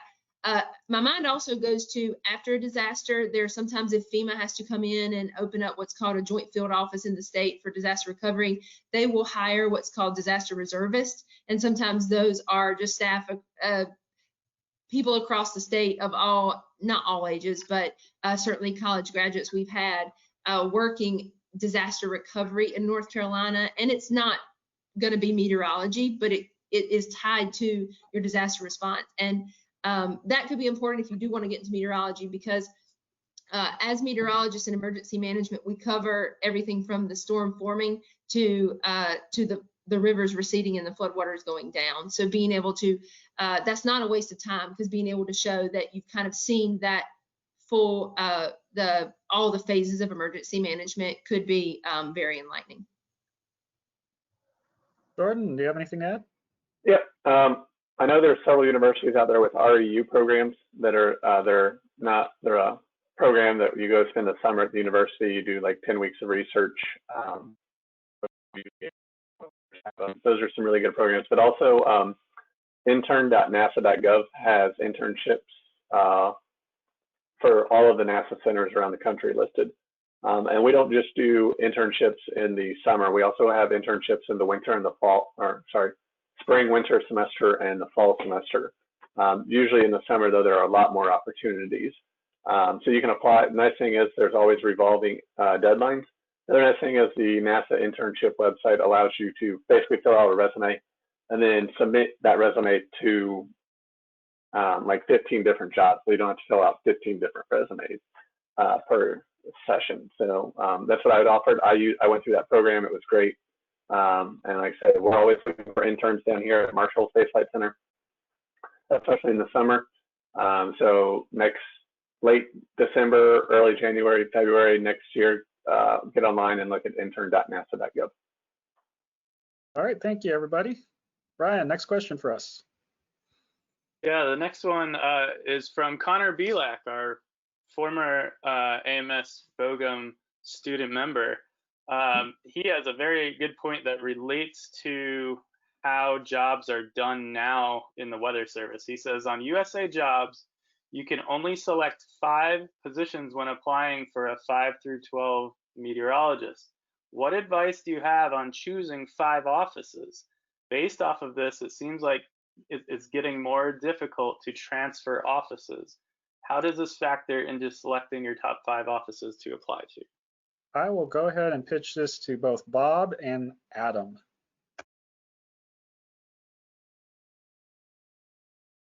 Bob, you still there? Yeah, sorry, I got distracted by a call that was attempting to come in. Could you repeat the last part of the question again, please? Absolutely. Yep. So based on the only being able to pick 5 locations for a 5 through 12 position, what advice do you have on choosing the 5 offices? It seems like it's getting more difficult to transfer offices. How does this factor into selecting your top 5 offices? So great question, and I was kind of hoping we'd get a chance to discuss this. So this is great. We have some spots that everybody and their sister or brother want to go to. Boulder, Colorado, the forecast office in Denver, Boulder is one of those places. Everybody and their brother wants to go there. You know, your chances of getting in there are very slim. The competition is going to be very keen. If you're looking to get in a foot in the door, you may have to consider one of these out of the way places. You know, Riverton, Wyoming may not be the best place in the world to start your career right out of college, but it's a place that folks want to get to in terms of then they use it to springboard to other locations. But you hit on a thing about it being more difficult to move from location to location. Well, that's part of our plan and our process at the Weather Service. We lose on average about 250 people every year to attrition. That's leaving the agency for whatever method. Most of them are retirements, but some of them are going to other federal agencies. And we have to be able to plan to replace those folks. The plan that we had and the hiring mechanisms that we used 5, 10, 15 years ago are just not suitable right now because they really didn't provide a good avenue for new entries to come into the Weather Service. The only way we can replace those people leaving at the top are to fill in at the bottom of the meteorologist scale, if you will, at those GS 5, 7, and 9 positions. And we limit folks to 5 choices on the job ads because we want to make sure that the process is fair to all applicants. And that is both the veteran and the non-veteran. And the best way to do that is just to limit the folks to 5 spots. And you're going to find that we do these 4 times a year, January, April, July, and October. We do these big announcements. We just had one in April. Another one will be posting on or about July 1st. The locations change every time.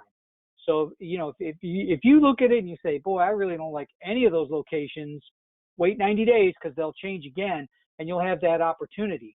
But we have to replace folks that where we need them at. And, you know, I think Stefan could talk a little bit more about the training process you go through, because this is something new for the Weather Service. Before we hired people and we hired meteorological interns, and then we converted them over to forecasters once they got selected for a new position. Now, when you come on board, if you come on board as a GS 5, 7, or 9, you're going to get promoted to the grade GS 12 on station without competition. And that's something that's never been done before. And so why are we taking you up to the grade 12? Well, that's where the Integrated Decision Support Services, or the IDSS, comes in at. And oh, by the way, you heard earlier someone talk about, I think it was Stefan talking about those comm skills you're looking for. That's where you're going to use those comm skills when you're face to face with those folks, the emergency managers, Katie Webster and her folks in North Carolina. You're talking to them face to face. You're telling them, hey, here's what's going to happen in our county warning area. And those emergency managers then take action and move resources around to be able to help facilitate what happens when that weather moves through the area. And I'll stop and take a breath and turn it over there. All right, thank you. And to help a little bit about that training process that Bob was talking about, yeah, we're training you from the day you walk in the door and doing our best to get you experience all the way through about 4 or 5 years into being at the same office.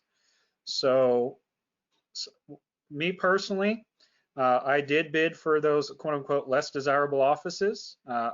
Pendleton, Oregon, I wouldn't say is on the top of everyone's vacation list, and neither is Amarillo, Texas. However, the experiences that you can gain from each and the management teams that can support your development within each could mean that you may not be there as long as you may think. A lot of positions now in the Weather Service are starting to bid. For example, the information technology officer position for those that are programmatic inclined. If you like doing programming, they're starting to bid those at the GS-12 level. If you wish to be a manager, a lot of those are at the GS-13 level. The senior forecaster positions, GS-13 level. So though the opportunities to transfer between offices may not be as prolific as they once have been, getting your foot in the door and getting that name and face recognition will take you far. And I'll toss this over to Adam because he's doing a lot of efforts to help him in that regard. Yeah, exactly. As we've spoken about, there's really a lot of people are leaving the agency, retiring and stuff. So those numbers kind of at the top there we need to fill those in. So there are a lot of applications coming out. When I applied, I could, check any box I wanted and all of this stuff. But, when you apply to those 5, just make sure, as we said, the progression program, it's a good 4 or 5 years. Make sure it's somewhere, you do want to live for, it could be a short amount of time. But yeah, make sure it's, somewhere you want to live, and also ask around, if you know someone who works at that office or has volunteered at that office, maybe done an internship, how their experience was. So that'll be, some really good things to take away from that as well. Excellent. Thank you very much all for the answers to that question. Ryan, what do we got next? This one I think is a good one for you, Stefan. This is from an Air National Guard weather forecaster. I've heard conflicting advice regarding selling National Guard service or remaining commitment. Is there a consensus on whether continuing a career in the National Guard is a positive or a negative in the hiring process, given all education or interview questions are the same? Actually, both myself and Bob, and I'll go ahead and start with Bob, and then I'll see where I can fill in after that. So Bob, I know you've got military experience, sir. So yeah, in my case, I did not buy back my military time, just simply because I had a pension check, and it didn't make sense for me to give up guaranteed money coming in every month to advance and get myself more accrued time towards a retirement as civil service. But I know quite a few people who have come to the Weather Service to work with 8, 12, 15 years of military time that did buy it. And I actually personally know right now 4 different folks in the Weather Service, 3 of them here at headquarters, and one of them is actually the Central Region Director, Chris Strager. Although I think Chris recently retired, he was an active Guard unit commander, although he hadn't deployed. But the other 3 folks that I know here at headquarters have all deployed in the past 2 to 3 years. So it's really up to you as an individual on, do you still want to maintain a commitment with your Guard unit should you be called up for deployment?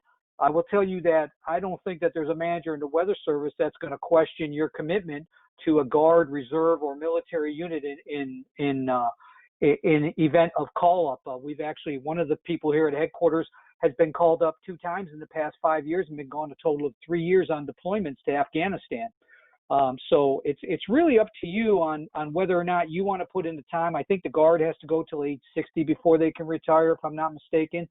But, it's really up to you. If you want to buy that time in and cash it in and be done with your Guard service, it's totally up to you. And a lot of that depends on, any significant other or family you have. And so I would recommend that, you just look at your own personal situation and determine whether or not that's something you want to sustain. speaking on my end, shorter the service, I would say the more likely you are that you might want to buy the time back, especially if this is something you want to continue as your career. We've currently got two employees in the weather service at Amarillo. One's active guard. She regularly deploys every 6 months for her basic training. And then the other gentleman that we have in our office said, you know what, I think I've done my time. I want to spend more time with my family and focus on my career. And he proceeded to buy back his time as well. So again, like Bob said, it's up to your personal preference. Ryan, next question. Yeah, this kind of bridges between this and another larger question. This one is, I'm currently serving in the U.S. Army Reserves and a recent BS Atmospheric Science graduate. I have some relevant experience, including research and an internship with a federal agency. And this is the big question. How do I leverage these keywords to attract jobs that I feel fit for me? All right, well, this is, again, sounds like something that Bob and I can handle. I'll start, Bob, and then if you want to fill in where I might have missed, that'd be great. Sure. Biggest thing is that just like any job that you apply for, leverage those words in your resume. A lot of military positions that are out there, especially those service members that are serving as weather officers or weather folk for the Navy, for the Army, National Guard, what have you, that's relevant experience to what you're doing. And if you have a degree in meteorology, that will help you overcome that GS 1340 requirement to apply for the position. If you don't have a degree and you're still an enlisted member, or even if you're an officer, you're going to need to find a way to fill in those courses that are required on the GS 1340 requirement in order to apply. Now, for other state agencies, that may not be as strict of a requirement.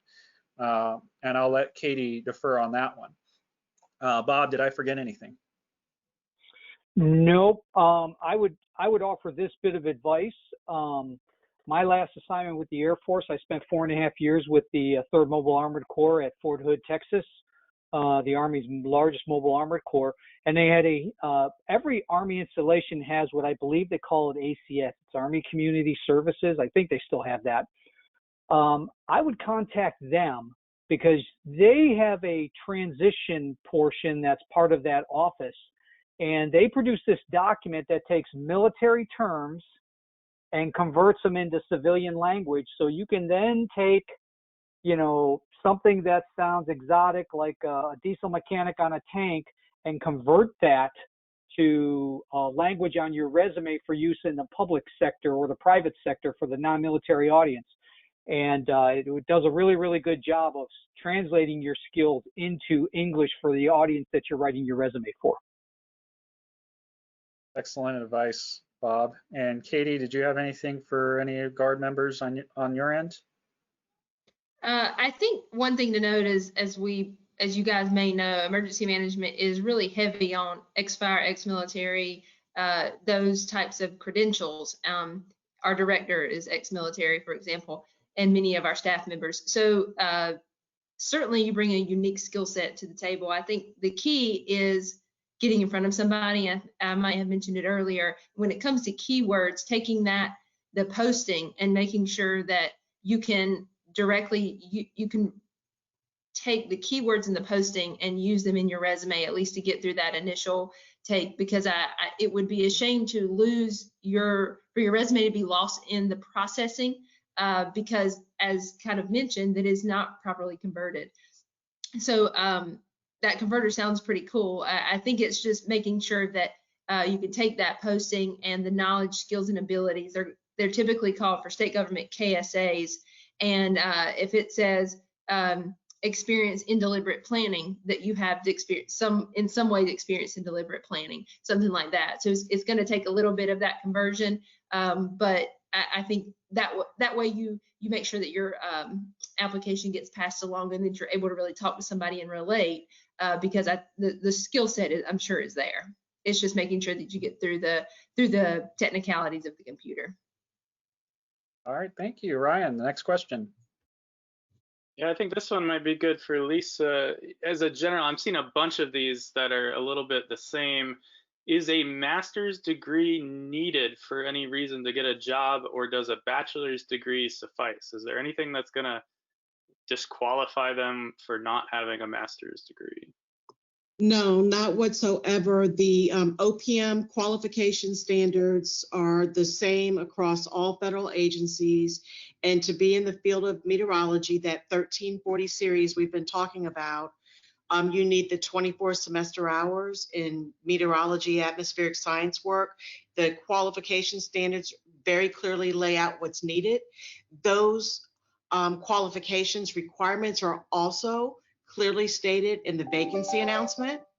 And so again, read the vacancy announcements carefully. It lays out the qualifications, and there is no requirement that you have a master's degree.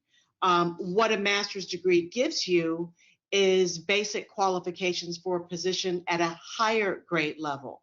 A PhD will give you the basic qualification at a higher level as well. But everyone has to have at least the 24 semester hours as indicated in the vacancy announcement to even meet the minimal qualifications for a meteorology position. So it's all in the vacancy announcement. Hey, this is Bob. Can I jump in here? I want to piggyback on what Lisa just said too.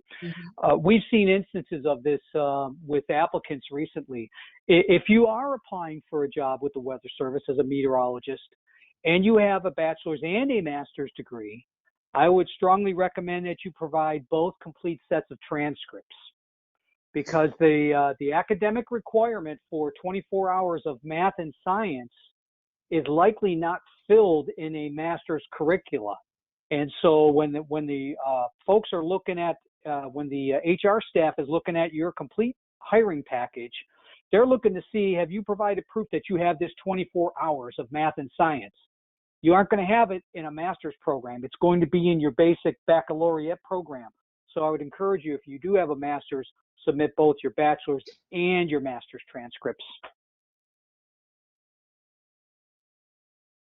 Excellent. Ryan, next question.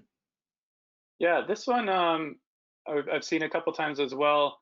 What are the opportunities out there for international students? Most of the government jobs I've seen require U.S. citizenship or a green card. Okay, I will start with Lisa first and then kick it over to Katie for state.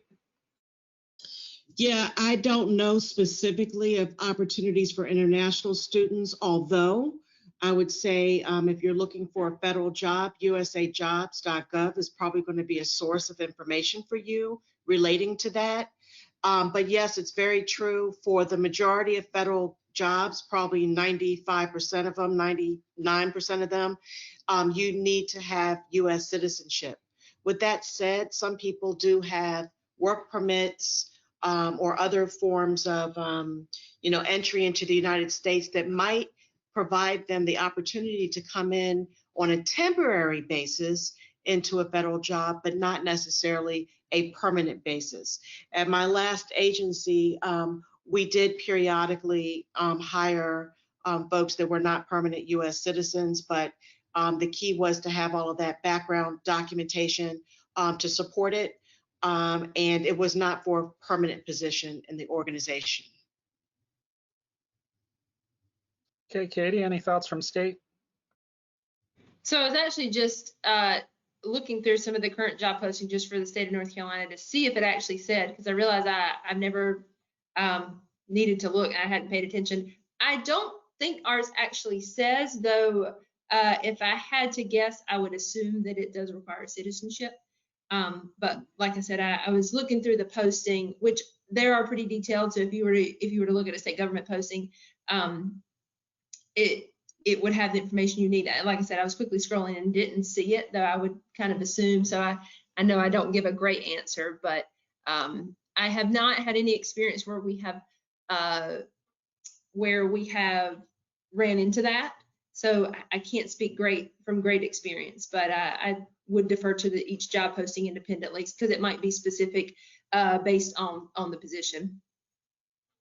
All right, thank you, Katie. Next question. Yeah, so this one's probably good for Jordan, and I think we can broaden it a little bit too. would an astronomy minor help with being selected for any of these positions? And I guess that would probably apply to anybody who has kind of like a fringe minor or degree in something related to meteorology. Yeah, specifically, it can't hurt. NASA's got several different divisions. They have earth science, planetary science, heliophysics, and astrophysics. So an astronomy minor isn't going to hurt if you were looking to get with NASA. There's especially recently, there's a lot of cross-cutting going on, especially with a lot of the technology and stuff that we've already done around Earth, expanding that to other planets, other solar systems, and studying, you know, planets and their atmospheric composition and stuff like that. So my general answer is it can't hurt. It would definitely make you unique.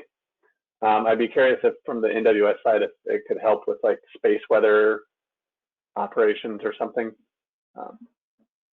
I was going to make a comment in that direction that the Space Weather Center would probably have a piqued interest if they saw something like that in your application. All right, thank you. Ryan, next question for us. Yeah, and I think this one's probably maybe for Adam and Angela. It says for anyone to answer though, would you encourage students to take COMET or Met Ed courses? And if so, are there any ones that stick out in your mind? Why don't we start with Adam and then go to Angela? Yeah, I think I was going to mention that before. That's definitely a part of the training process. I know I've done a lot, especially in the kind of 5 through 12 progression series of being a new hire in the National Weather Service. You will have to do a lot of those. So, you know, ones that kind of some are more introductory kind of to the Weather Service. But I would, yeah, kind of the maybe aviation ones are especially important since we have to do those terminal aerodrome forecasts, the TAFs. If you relate those to aviation, those are important as well. But asking, you know, your local weather service office kind of what their training plan maybe includes or what you can do to kind of get a head start on that as a student, I think would be really beneficial to ask about. So, but yeah, taking those and even saying that you've done those is a very good avenue to start on before getting hired into the agency. Thank you, Adam. Angela? Yeah, I'd have to agree with that as well.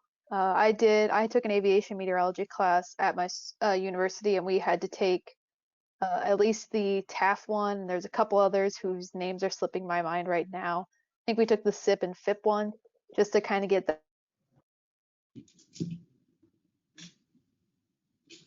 Uh-oh, I think we might have lost Angela. We'll get her back later. All right. So I think we have time for one more question. Yeah, so let's see.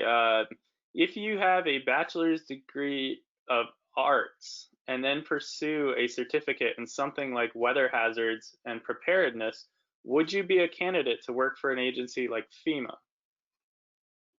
I will start with Summer, and then we'll kick it over to Katie for a state perspective as well on the EM side. Yeah, absolutely. It just depends on what you're trying to apply for. But certainly, you know, at FEMA, you are not required at all to have a meteorology degree. Any kind of background in natural hazards or any geography or lots of different areas. We have room for lots of different skill sets. So certainly FEMA would be an option for applying for, you know, planning and mitigation would be probably the best fits for those types of things. So looking for announcements that would include you know, regards to planning and mitigation are the two primary areas that would probably be most benefited by those. But really, I mean, anywhere in the agency, preparedness, even recovery possibility, just depends on the extent to how far you want to go down that road. I mean, preparedness, of course, getting everyone ready, mitigating, preventing things from happening, responding to those disasters, and then recovering, you know, making sure we build back better. So certainly if FEMA would be an option without having the MET background, but having some kind of hazards or earth science or other type of background or data analytics for sure. Thank you, Summer. Katie? Yeah, I think a lot of that would apply at the state level as well. And state emergency management has a lot of those same sections that Summer is mentioning with preparedness. And mitigation and recovery and things like that. And if you're looking specifically for meteorology, I think that would probably just depend on the other applicants. But we at North Carolina Emergency Management have had people who are serving a weather role that don't have a bachelor's degree in meteorology. And that has worked. And I think to a previous question, that makes those COMET courses and even some of those FEMA emergency management courses even more important, because you need to be able to show that while I don't have the official degree, I'm well versed in the hazards and what it means for emergency management, and being able to talk the terminology and sell yourself with that.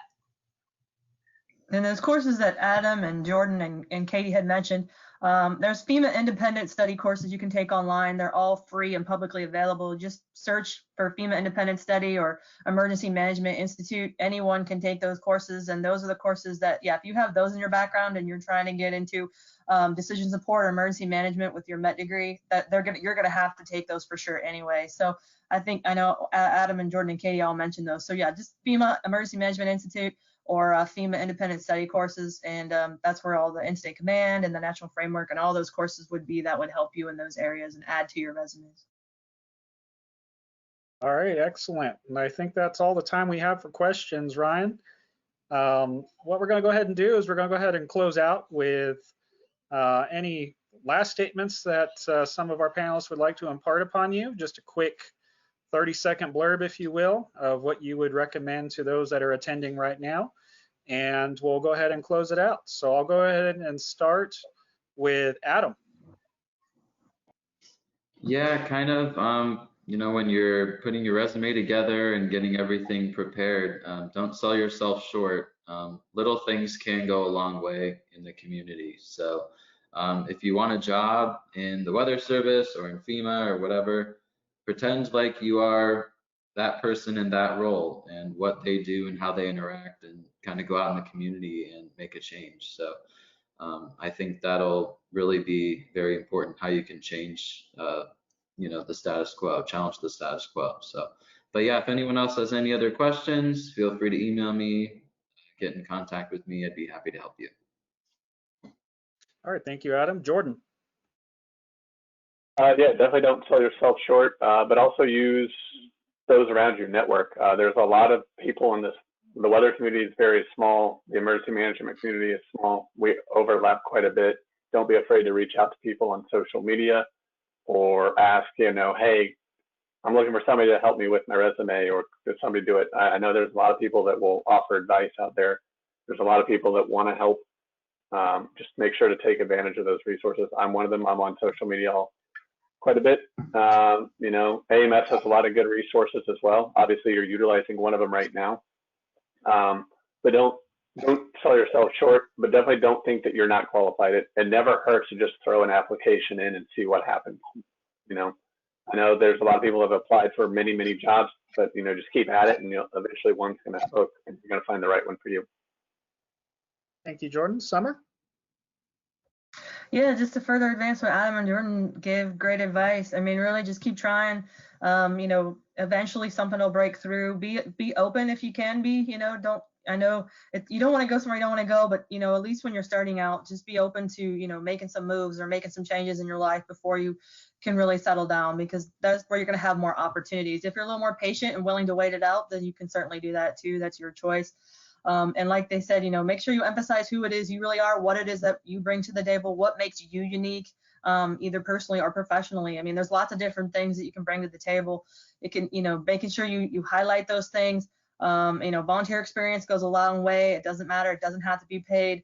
And using those keywords, I know we kind of have heard it here and there, but make sure you pay attention to the language and terminology that are listed in those announcements, and making sure you use that same type of terminology in your resumes, because when they, like Katie mentioned, when the computer goes through it the first time, it's going to look for those things. And so making sure you just, you know, highlight some of those items that they're looking for if you have those skills, because that's exactly what they're looking for. If you have it, then put it down there and make sure that it is, you know, really understood through the computer process and through the human process, that you do possess those skills. So just making sure you put those areas in there, and that, you know, you are highlighting what you have to offer.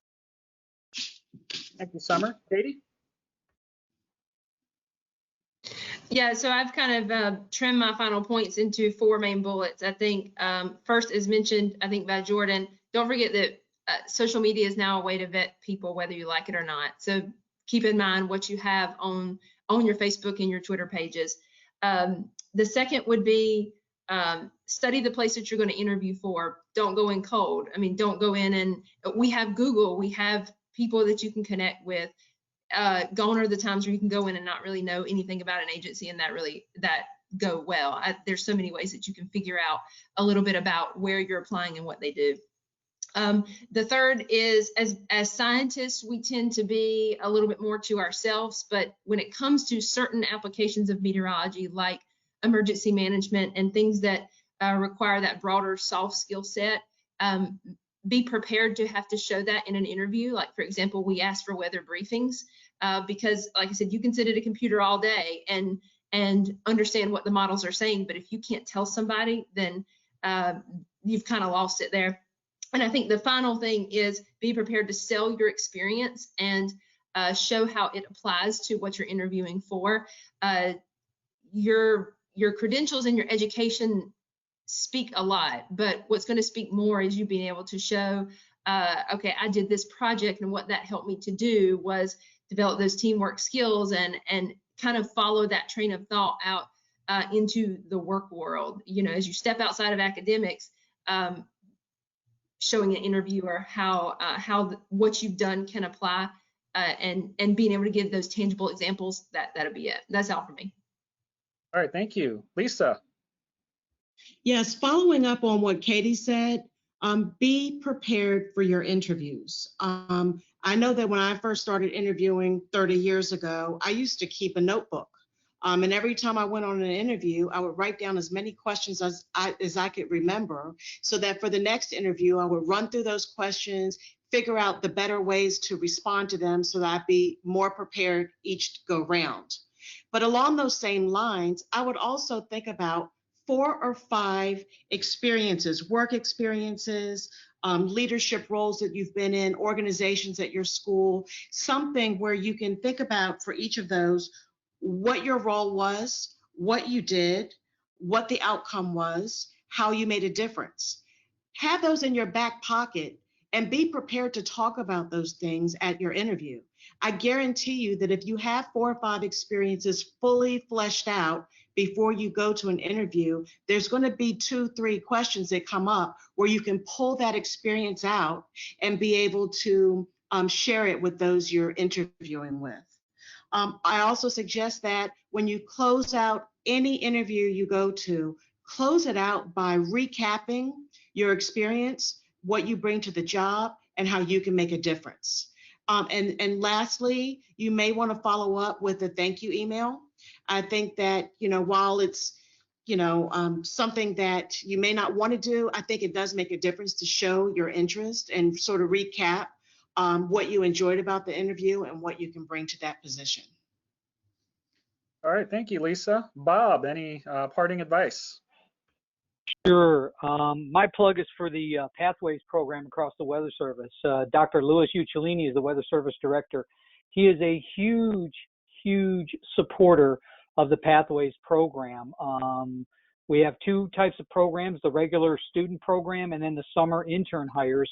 The past 3 years, Dr. Uccellini has returned a part of his funding back to the portfolios that has enabled them to hire. We've hired an average of 48 students for summer Pathways positions the last 3 years, including this year.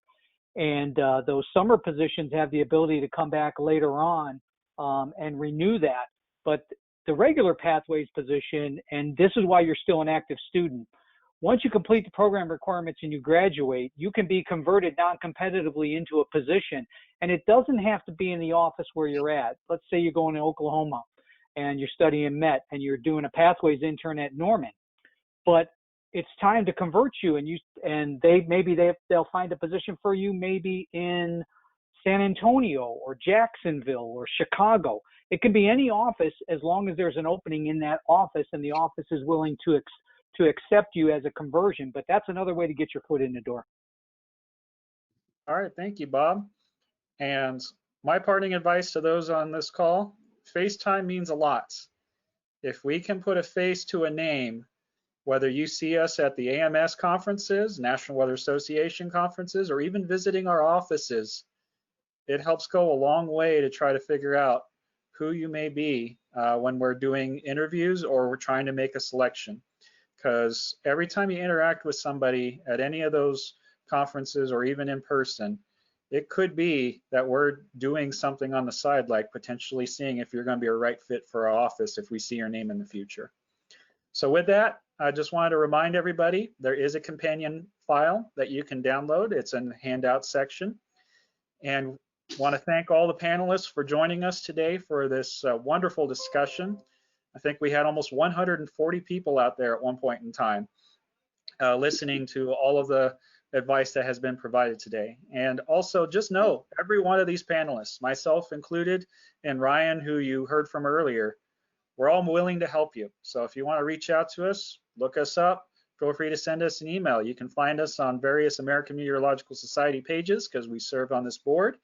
Early career professionals for Jordan, if you wish to look up his email, or you can even look us up in the NOAA directory if you wish to look up somebody within an office to try to send an email to. We appreciate your time today. And Ryan, have anything to say in your final words? Yeah, thanks again to everybody. And I just want to emphasize here, we had tons and tons of questions. Those I didn't get to, I apologize. I did go through and try to answer as many as I could via chat. So we got that, but like Stefan said, reach out to any of us. And finally, I'd just like to say that, you know, this can be a daunting process, and don't get discouraged. There are a lot of things in this process that you have no control over. And so just because you're rejected from a job doesn't necessarily mean it's something that you did or did not do. So there are many ways to get yourself ahead, and you've heard a bunch of those today. And my advice is just keep going. I once worked with somebody who applied to 77 different jobs before finally getting the one. And then once he was in the door, you know, he moved up the chain pretty quickly. So, you know, just keep going is all I have to say. So thanks for coming, and reach out to us if you need to. And again, check out that companion document. Thank you, everybody. Have a good day. Thanks, everyone. Thank you. Thanks. Goodbye, everybody.